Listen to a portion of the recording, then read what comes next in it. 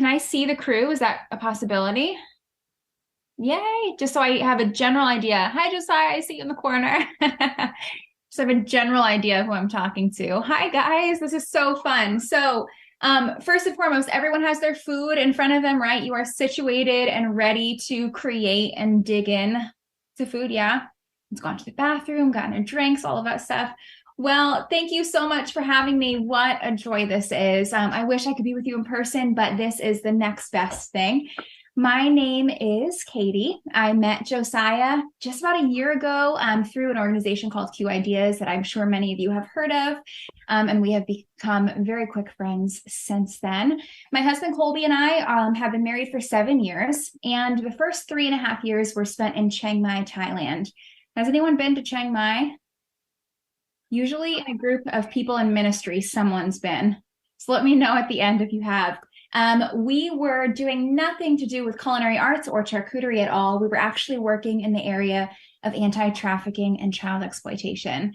But while we were there, one thing hit really fast, and that was loneliness. And for us, we realized we had a choice to either sit back and accept it or to do something about it.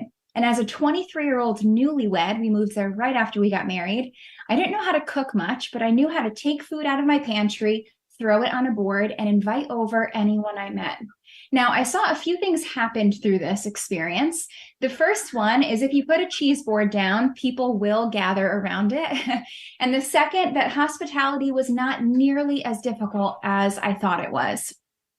When we moved back to the States, we actually found that people were just as lonely and hungry for community here.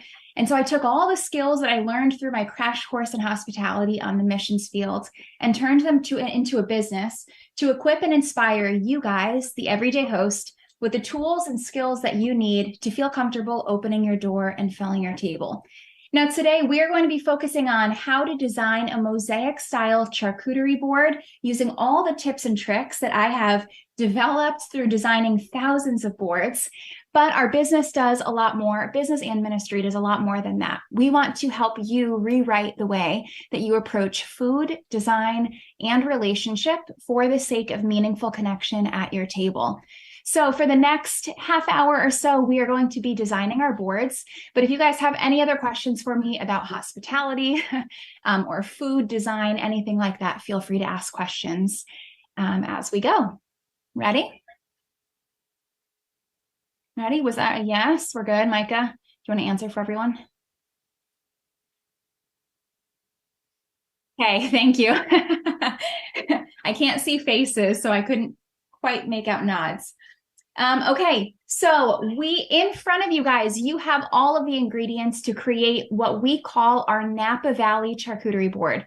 It is your typical kind of like Napa Valley, little bit of wine infused, little bit of cheese, fresh figs, all the fruit that you could want in front of you. Great pairings. And I want to point out a few things. You will notice that with the ingredients in front of you, they fall into 3 color categories. I find that when people make cheese boards and they end up not liking them, it's because they're a little bit too chaotic in design. So whenever I'm creating a board, I pick my theme first, and then I pick 3 colors to buy all of the ingredients in. If that makes sense. So we have our purples, a little bit of red, and then kind of like our white, yellow, beige category. In front of us also, we have 3 types of cheeses. And whenever I'm making a charcuterie, you can use really whatever cheese you'd like, but I try to buy 3 different shapes. So I think in front of you, you should have a general circle or a brie, a triangle, and a rectangle. Okay, so a few rules to start off, and now we're going to start designing. So let's go overhead. I will show you my board. Micah, if you don't mind, can I put your screen on mute? Would that be okay? Yeah, perfect. Thanks. Just getting a little bit of feedback. Thank you. Okay, so I know in front of you, you guys, you have amazing, I think, bamboo boards, but I want to point something out. If you are doing this at home, and I want you to feel your board first, if it is absorbent at all, I always cover it just to prevent any kind of staining. So that's what I'm doing tonight with a little bit of butcher paper. And while you don't have any kind of spread or anything marinated in front of you, I want to talk about bowl placement when it comes to food styling. A lot of times we put the bowl smack in the middle, right? Typical fruit and dip kind of style. To me, this looks like an eyeball. It drives me crazy. So whenever I have a bowl, I just put them slightly off center. Okay, you can have 4 bowls if you want, but nothing in the middle. Now let's switch back for just a second. Now I know in front of you guys, I think you have 1 cutting board, 1 knife. And so you guys could do this however you want. You could pass the cutting board and knife around, and each step another person does. Or you can kind of fight for it, whoever's the most confident with cheese or however you want to work it. Just do your best to make sure everyone gets a turn, just so everyone becomes a little bit more comfortable with this design process. Okay, so when we are creating a mosaic board, you want to start biggest to smallest. You always start with the biggest element on the board. So for us today, that's going to be our grapes. Now let's go overhead. So you start biggest to smallest, and everything with the mosaic style goes in 2 piles. Nothing is going to stand by itself, or else the design is too stark. 2 piles. Doesn't have to be in these corners, but this is where I like to put them. Okay, easy enough. Now we're going to talk about the cheeses. Okay, so let's switch back really quick. So all of the fun fillers on the board are going to follow that 2 pile rule. The cheese is going to be your only exception. That's going to stay in one place. So I want you to take your either fruit infused or wine infused cheese, whatever one with the purple rind. Mine is a little bit more black today, but let's take the triangle. Put it on your cutting board, not your designing board, and we are going to prep it. Okay, let's go overhead. So here you will see that there is the tip of the triangle. I am going to cut a few rough pieces off the tip. Oops, sometimes cutting through the rind. I might have to flip this over. It's a little bit tough. So just 3 pieces off the tip of the cheese, and we're going to leave the rest intact. What this does is it shows your guests that they have permission to cut into the cheese and also how much you expect them to take. What you would do at the end is just leave your cheese knife where you left off, and your guests would finish it for you. But once you have those 3 pieces cut off the tip of the triangle, you can go ahead and find anywhere on the board to put it.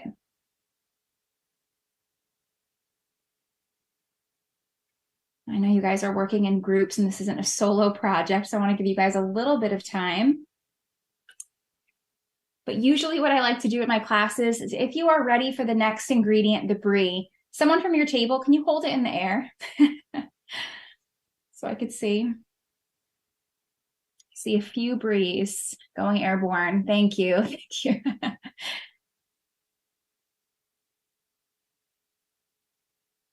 Okay, I'm going to talk about the brie. If you are a little bit behind, don't worry, you won't fall far behind. I want you to go ahead. Hey, Micah, do they have like wedges? Something like this, like a quarter circle? Yes, okay, I think I see your thumbs up, Micah. Okay. Okay, perfect. I won't be able to get mine exactly like yours, but the technique will still apply. So we are going to cut our brie into like pie slices. So pie-like triangles. Now here's the deal. The bigger the triangles you cut, the less people this is going to feed. You guys have a lot of people at your tables. So what I would recommend is that you go a little bit thinner, not paper thin because we need them to stand up, but just a little bit thinner with these triangles. I like to plant the tip of my knife kind of in the middle and then rock the knife back, leaving the tip in the same spot as much as possible because this will give us puzzle-like pieces that will fit together beautifully. My cheese is kind of soft, so it's fighting with me a little bit. Let me just reassemble this really quick.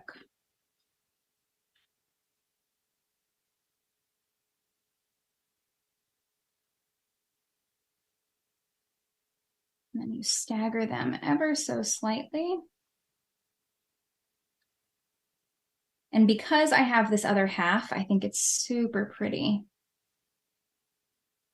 Let's put that right there. And just like with the other cheese, at the end, I would just put a cheese knife here. So look at this. I want to point out 2 different cheeses, 2 different shapes and techniques add so much character already.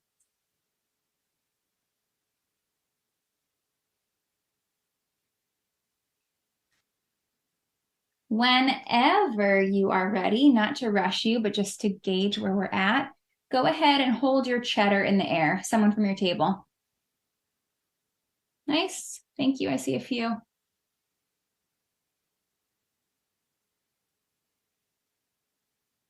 Thanks, guys. Perfect. Okay, I think I see more than half of the cheddar. Does anybody need me to like full stop right now so you can catch up? No? Okay.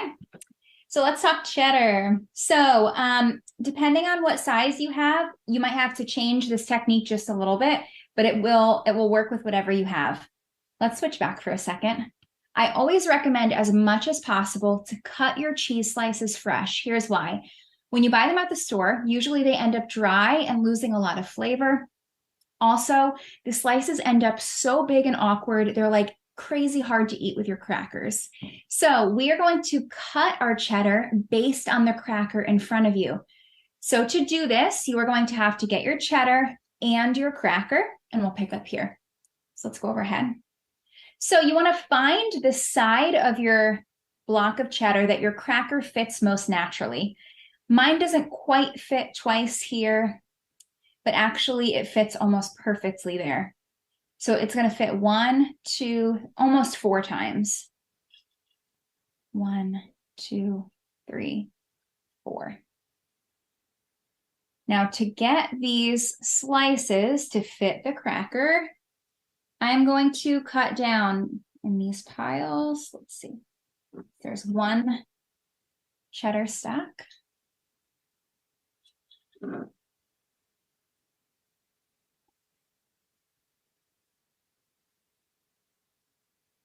This last piece is a little awkward, doesn't fit perfectly, so you could just eat it. But then to get these into slices, I'm just going to lay these guys down, cut as thin as my knife will let me. Now, as much as people love cheese, they don't want a hamburger patty. They want it nice and thin to fit on a cracker. Also, if you cut too thick, they won't stack nicely. So keep those thin slices in mind. And I would love to have 10 to 12 slices, please.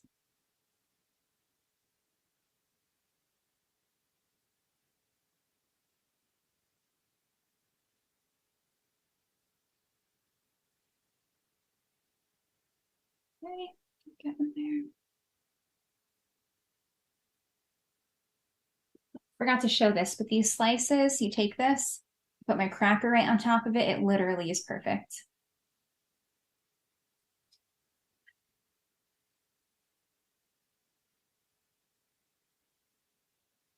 Okay.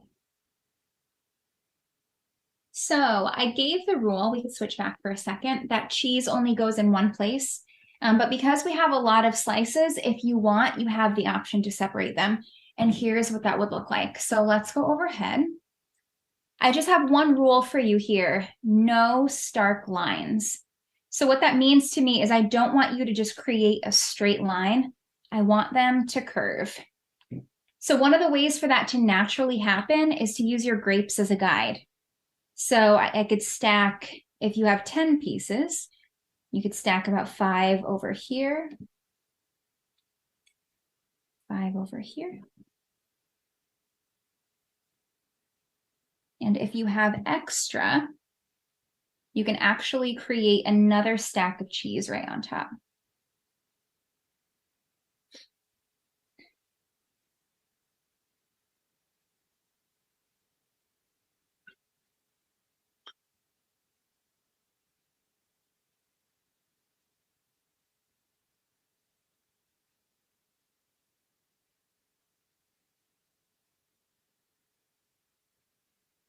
Small. Okay. Perfect, perfect. Now we are going to start really having fun. We could switch back with this mosaic, starting to use the fillers on our board, or the filler ingredients to fill the board. This is where a lot of the technique comes in and a lot of the, decadence and design and all of that. So from here on out, everything in 2 piles. And I would like to start with the figs. Okay. So do me a favor and put 2 or 3 of your figs on your cutting board. So your working board. And if you can, get 3 of like the juiciest and the fullest ones. Put them on the board. And the rest, we are going to do this. Let's go overhead. We're going to start filling in space. So I'm going to put a pile here. And again, it is super important to work biggest to smallest, so we're not going to put anything teeny tiny on just yet. 2 piles. I actually have a little bit more, so I might do a 3rd one here.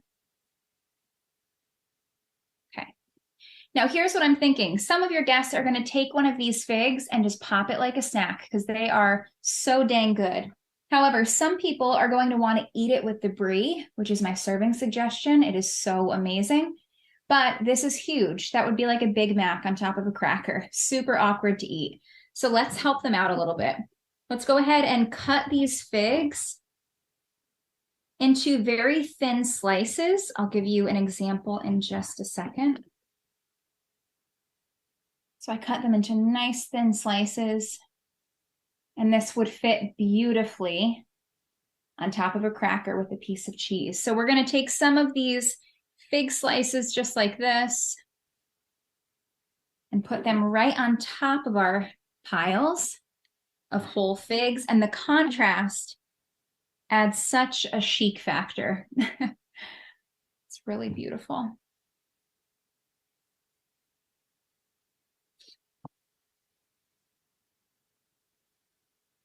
Switch back. So I am a huge Costco fan. I totally think that they sell the best figs in the world. They sell a golden fig that is just divine for a cheese board. So if you happen to have a Costco membership and head there, those are like creamy, like the inside of a fig Newton. Amazing. Okay. We are just going to add our blackberries on, and then we're going to have fun with the salami and the prosciutto, okay? I just need to make sure that there's enough structure on the board to hold up the meat before we start to introduce it. So let's go ahead and get our blackberries. And I'm going to introduce you to a technique called color balance. So here in front of me, I have this like purple and red. What I don't want you to do is put it right next to the grapes as much as possible. I would love for you to add this color to an area of the board that doesn't have it yet.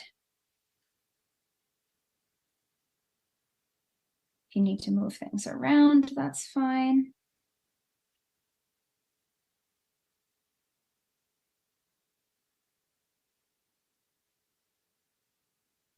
We're not going to do any kind of cutting or anything special here, just arranging them.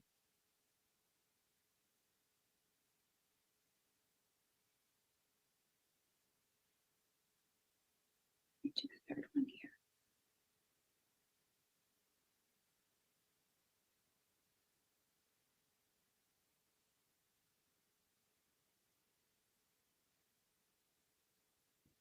Okay. Now at this point, the board is kind of in this in-between phase. And when we are going to start adding the meat, which starts to introduce a lot of the really beautiful technique. So whenever you are ready, I want you to go ahead and get your salami. Does everyone have 10 to 12 pieces? Did that work out okay? Yeah. Yes. Okay. Whatever number you have, split it in half because we're going to make 2 piles. So if you have 10, do 5 and 5. You're smart people. You get the picture. So Let's go ahead. Take your salami. We can go overhead. And there is a little phrase I like to use to help you remember how to do this. We're starting with a circle, fold it in half like a taco, and then in half like a rose or a ruffle. Circle, taco, rose. You have this little guy. I want you to pay attention to this crease at the bottom and this fold off of it. This fold is what's going to kiss the board.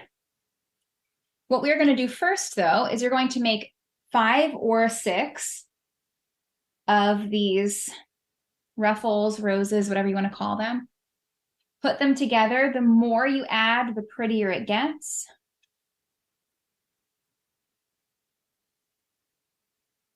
And we are lining up all of those creases together.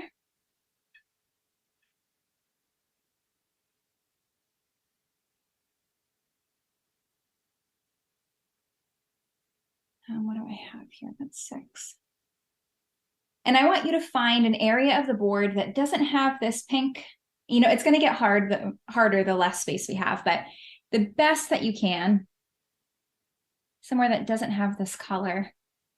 And it is actually best if you lean it up against something. So on the side of the cheese, I might do another one over here. As you put your salami down, if you find that it starts to really unfold, you could take something small like a nut or a blackberry and put it underneath like a bookend to help it stay in place. Circle, taco, rose.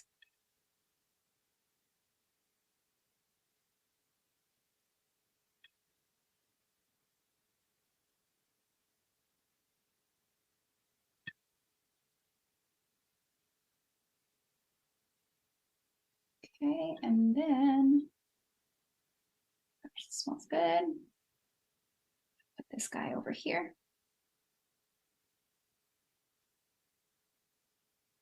And one trick about charcuterie meat, we could switch back, is the colder it is, the easier it is to work with. And so if you're making this during the summer or you're making this at home, I always recommend that you keep the meat in the fridge until right before you use it. It just holds its structure a little bit more. So if you're having any kind of trouble, that could be why. Now, let's go ahead and get our prosciutto if you're Italian. And I want you to take one piece and put it on your cutting board. Now, prosciutto is endearingly known as the teenager of charcuterie meat, meaning it gives you a lot of trouble. It's very temperamental. So if it starts to break, it's not your fault. It's the meat. Just the best that you can. Let's go overhead. Get it in a rectangle on your working surface.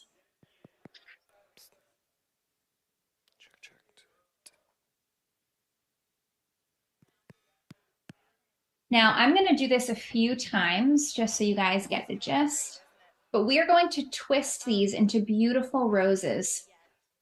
The way that we do that is I'm going to keep my outside hand here as a frame.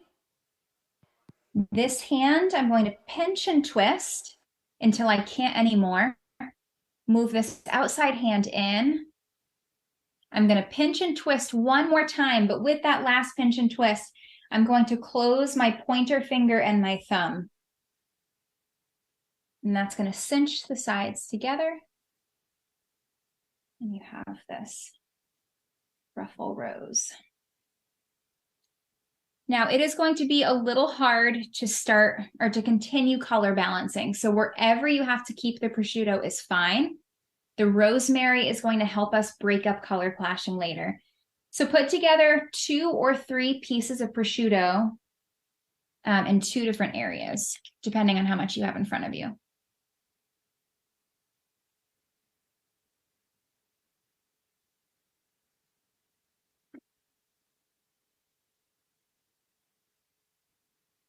Okay, so I have my frame on the outside, pinch and twist, move the outside in, pinch and twist, cinching my pointer finger and my thumb.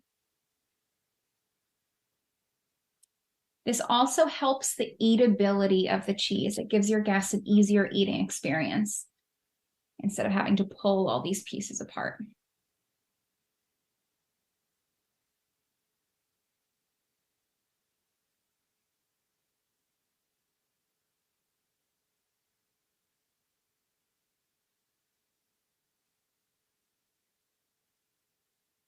And I think, where else am I going to do a pile?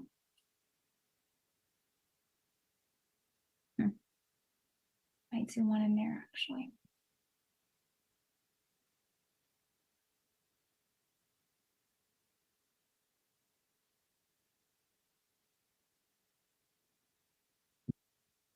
If anyone has questions at this point as I'm finishing up, you can let Micah or Josiah know.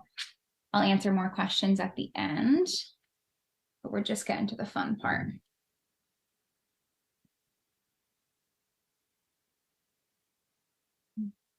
This is a lot of purple going on here, but I'm going to show you how to break it up at the end.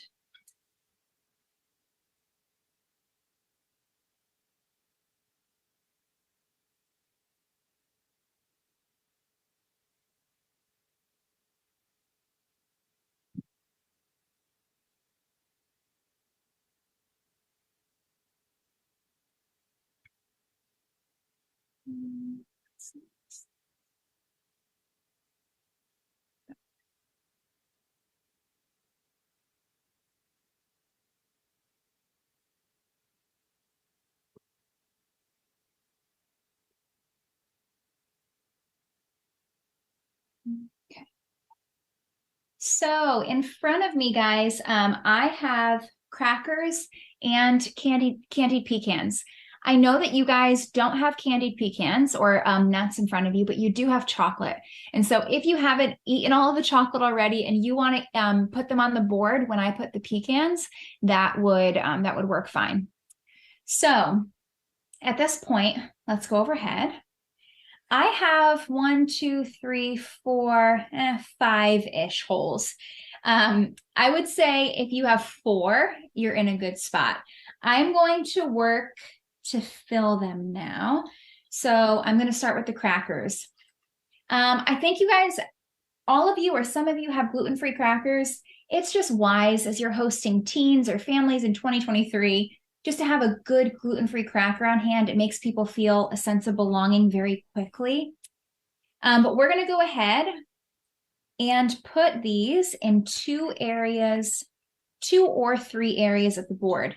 Try your best not to put them next to these cheese slices, just because they are so similar looking, at least mine are.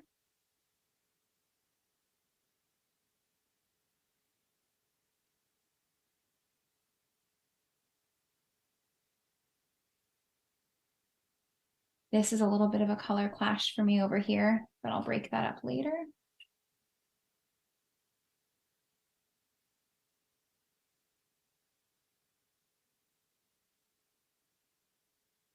Okay. Now I just have a few gaps left that I am going to fill with my candied pecans.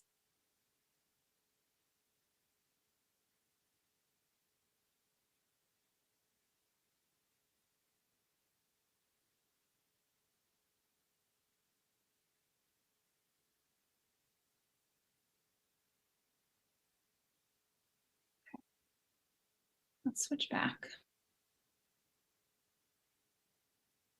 So at this point, 2 things should be true. One, that your boards are that your boards are filled, and the second is that you like them 80%. You shouldn't like them 100% just yet.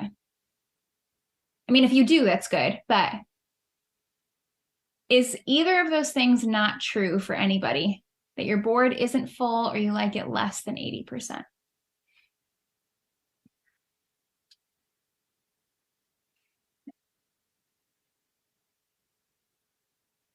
Hey, quick drink, but here's what we're going to do to take it from 80 to 100. Are you guys ready?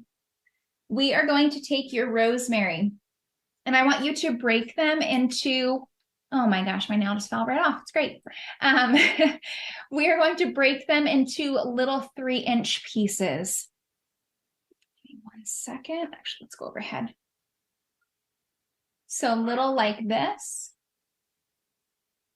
And I want you guys to put a few of them together. Hold on 1 second. This one's not breaking.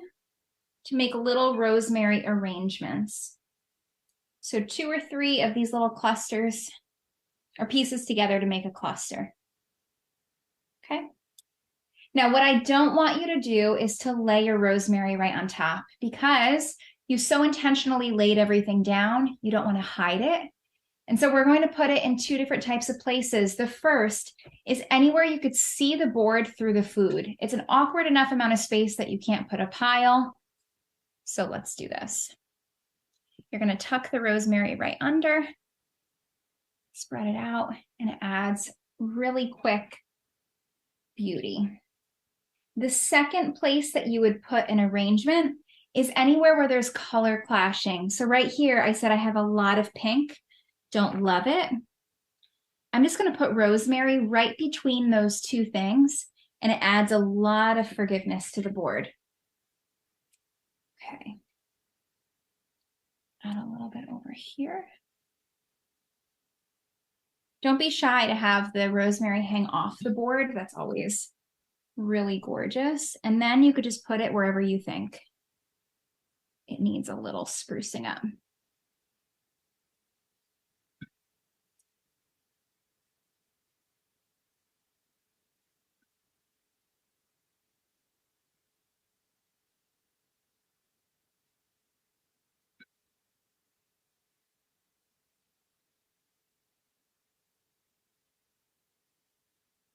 I can go overhead. Did that take it from 80 to 100, adding the rosemary? Yeah, for a lot of you. Good, good. Well, I'll just give you quick instruction on how to store your boards whenever you're making these at home or for your young adult gatherings. I always encourage the everyday host to make the boards when you have time to enjoy the process. And so make it the night before an event or even the morning of. The rule of thumb is 24 hours, so not more than 24 hours. What you want to do is make your board just like we created it today, but before you wrap it, take off anything crunchy. Wrap it like crazy all the way around with saran wrap. And then when you go to serve it, you cut it through the top and open it like a book, open the saran wrap like a book so that you don't ruin the design as you're unwrapping. And then all you have to do is add the crunchy things back in and you are ready to serve. Thanks so much, guys. I see you typing, Micah. I'll wait to see what you say. But if you guys took pictures tonight, I would love if you tagged us on Instagram at Gather Intentional Living. I have been a little bit slow on our page. We are currently expecting our first, and I have been a little bit sicker than usual. So our feed is not super active, but our website is. And so you can learn more about our podcast, Making Room by Gather, that covers all things hospitality, and these classes on our website at gatherintentionalliving.com. Thanks so much, guys. It was a joy. And if there's any questions, let me know.